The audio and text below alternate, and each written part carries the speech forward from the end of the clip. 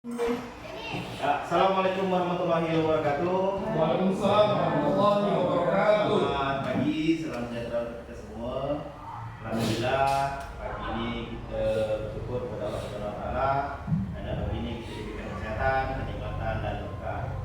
Tak lupa juga salawat serta salam kita panjatkan kepada Nabi kita Nabi Muhammad SAW dengan mengucapkan Allahumma shalli ala Muhammad. Yang saya hormati Bapak Wakil Kepala Sekolah SIP Negeri 2 Pesisir, yang saya hormati rekan-rekan guru beserta staf. Sebelumnya saya mengucapkan terima kasih karena Bapak Ibu guru telah meluangkan waktunya untuk menerima presentasi saya pada hari ini.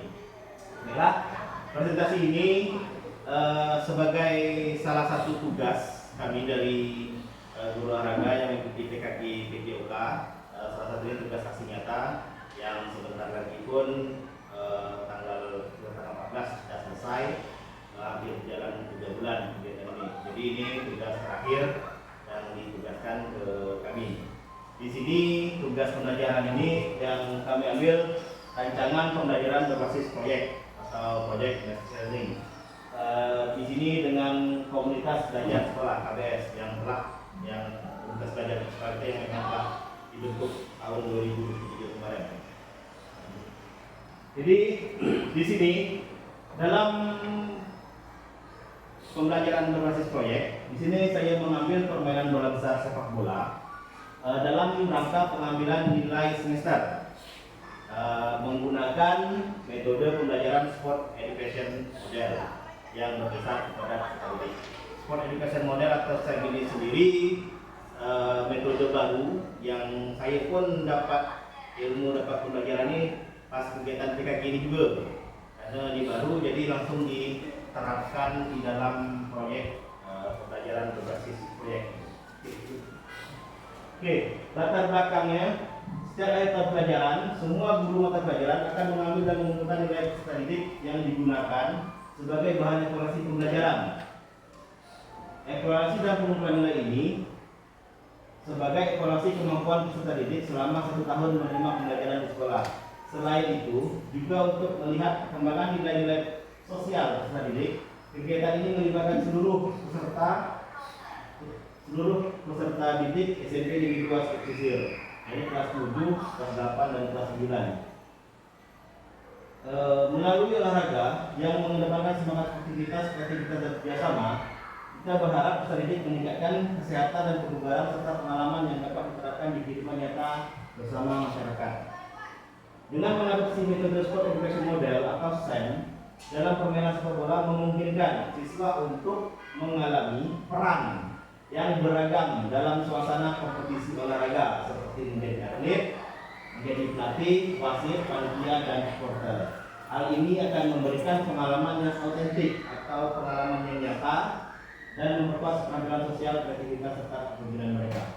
Jadi untuk SEM ini, Sport Education Model ini, jadi metode pembelajarannya semua peserta didik mendapat peran yang masing-masing. Jadi bukan hanya dalam pertandingan sepak bola, anak-anak itu juga ada yang jadi sebagai pelatih, jadi ada sebagai panitia, jadi ada yang sebagai supporter, ya. Jadi di pembelajaran SEM ini semua peserta dilibatkan langsung. Jadi nanti di kehidupan nyata, insya Allah peserta didik bisa mengaplikasikannya karena di sekolah mereka sudah pernah jadi panitia, jadi pelaksana, dan menjadi wasit. Oke, di dalam pembelajaran SEM ini bisa dikolaborasi dengan beberapa mapel. Misal kegiatan ini kan kemungkinan nanti diambil pas pengambilan nilai semester akhir.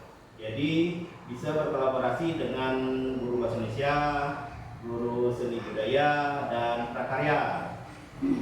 Di bahasa Indonesia itu nanti peserta didiknya bisa untuk menjadi panitia yang sebagai MC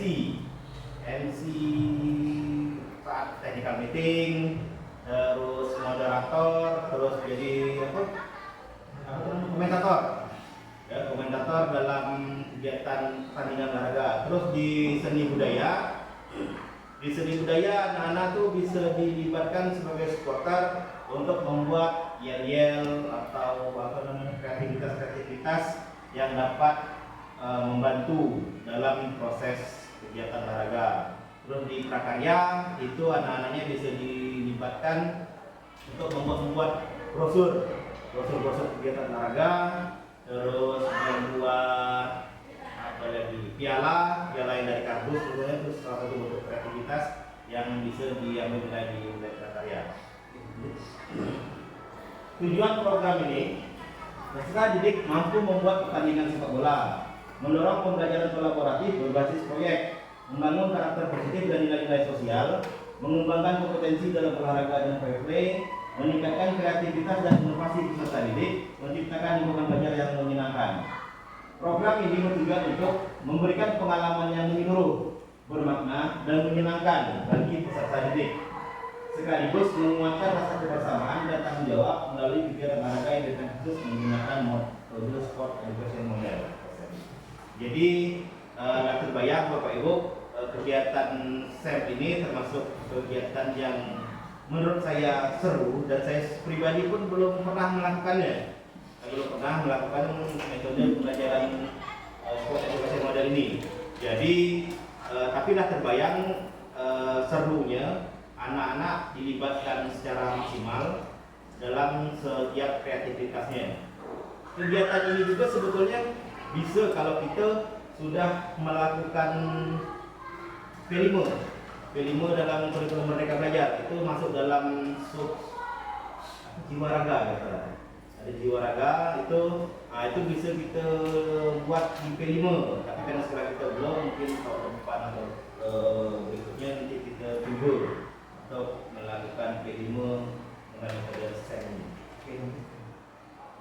Oke, capaian, langkah dan hasil yang diarahkan untuk tiap tujuan. Capaian penyuluhan pemahaman pembelajaran SEM, peningkatan kemampuan sosial dan kolaborasi, peningkatan keterampilan fisik dan kreativitas, pembentukan karakter positif, peningkatan antusiasme belajar.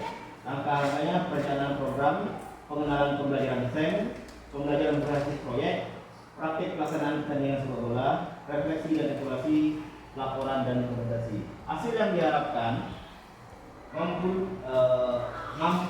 mampunya peserta didik melaksanakan pertandingan sepak bola, terciptanya hubungan sosial yang lebih baik antar siswa, peningkatan kesehatan fisik, pengembangan karakter dan nilai positif, peningkatan motivasi belajar dan kreativitas. Terakhir, terbentuknya komunitas belajar yang kuat. Oke, struktur program dan mitra dalam kembal. Yang pertama itu kokurikuler. Kokurikuler itu pun hal yang baru juga yang saya kali cek di Google dan di materi itu. Kokurikuler ini ternyata itu pembelajaran hampir sama dengan ekstrakurikuler, tapi dia mendalami pembelajaran yang telah kita ajarkan, atau belajar di rumah, belajar kelompok, itu kokurikuler. Jadi kegiatan kokurikuler ini bisa dibuat, tinggal membuat prakarya brosur segala macam itu bisa di luar jam sekolah. Terus pesertanya tadi kelas 7, 8 dan 9 semuanya kita libatkan langsung. Yang bersama juga dengan kepala sekolah, guru PJOK, guru mata pelajaran dan didik. Terus pelaksanaan ini kemungkinan itu di akhir semester genap, yaitu di tanggal 30 Mei 2025. Oke, pernyataan tentang kapasitas yang dimiliki sekolah. Ini maksudnya aset yang ada di sekolah.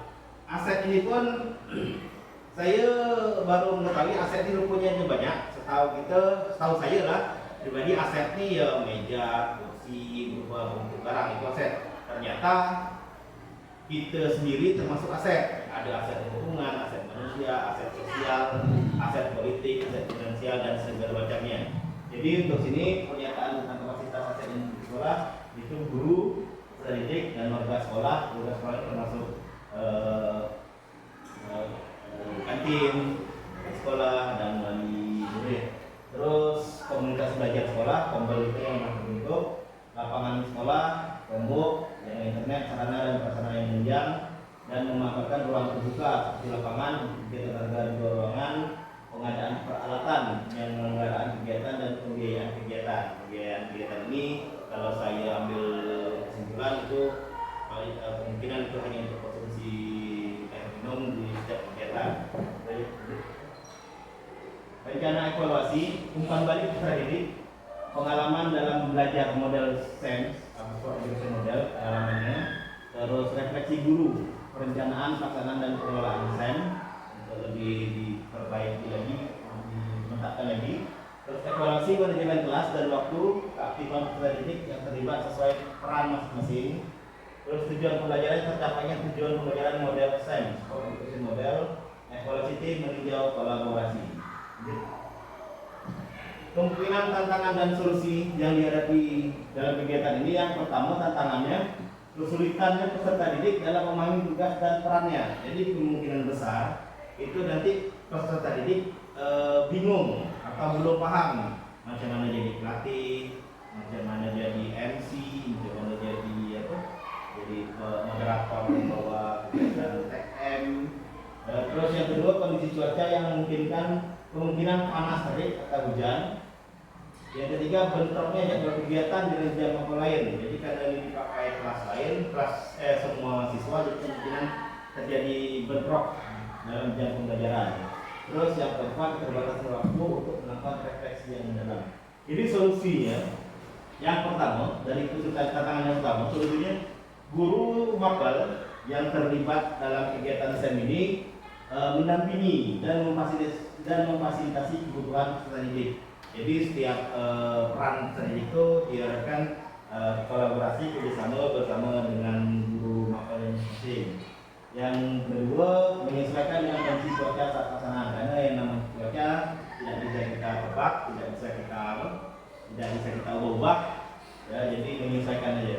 Yang ketiga mengkoordinasikan kembali dengan rekan-rekan guru mata pelajaran lain. Masalah waktu, jadi kita berunding lagi, kita koordinasikan lagi mana baiknya. Terus yang terakhir mengalokasikan waktu refleksi yang cukup di akhir setiap sesi dan memberikan kesempatan kepada peserta didik untuk berbagi pengalaman secara berguna. Jadi setiap sesi, setiap kita ngasih materi untuk tugas-tugasnya, jadi peserta didik langsung merefleksi.